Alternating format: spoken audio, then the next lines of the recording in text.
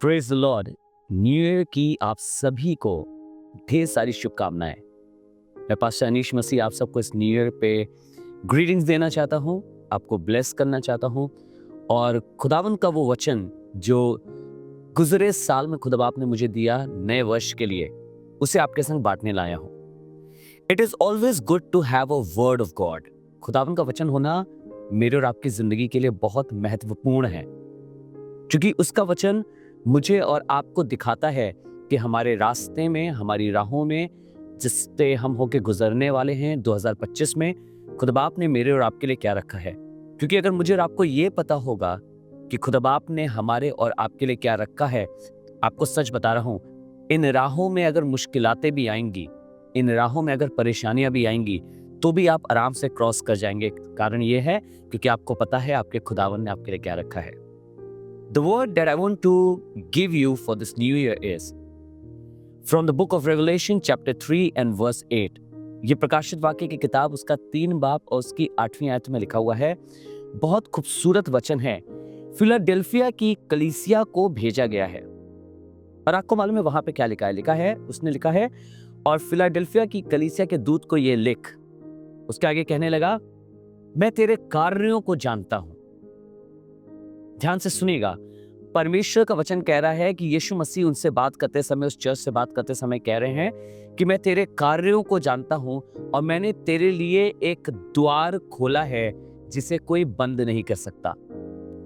2025 में बहुत सी मुश्किलातें आएंगी, बहुत सी दिक्कतें आएंगी, पर मैं एक चीज जानता हूं, खुदावन ने मेरे और आपके लिए एक द्वार खोला है। God has opened a door for us. उसने मेरे और आपके लिए एक अपॉर्चुनिटी का द्वार खोला है। और खूबसूरत बात आपको बताऊं क्या है उसके विषय में, उसे कोई बंद नहीं कर सकता।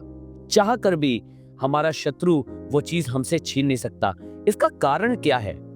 If we want to get blessed in 2025 and if we want to claim this verse for us and for our household, अगर हम इस वाली आयत को अपने लिए और अपने घराने के लिए क्लेम करना चाहते हैं, then we also need to know कि खुदा का कलाम ऐसा क्यों कह रहा है। यीशु मसीह क्यों फिलाडेल्फिया की कलीसिया से ऐसी बात कर रहे हैं और उनसे कह रहे हैं, जो दरवाजा मैं तुम्हारे लिए खोल रहा हूं उसे कोई बंद नहीं कर पाएगा।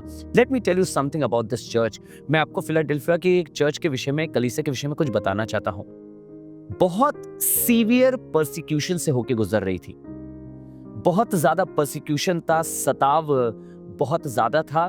पर उसी के आगे 3 बाब उसकी 8वीं आयत में उसने आगे लिखा है, उसने कहा, क्योंकि तेरी सामत थोड़ी सी है, क्योंकि तेरी सामत तो थोड़ी सी है, पर तूने मेरे वचन को थाम रखा है और मेरे नाम का इनकार नहीं किया।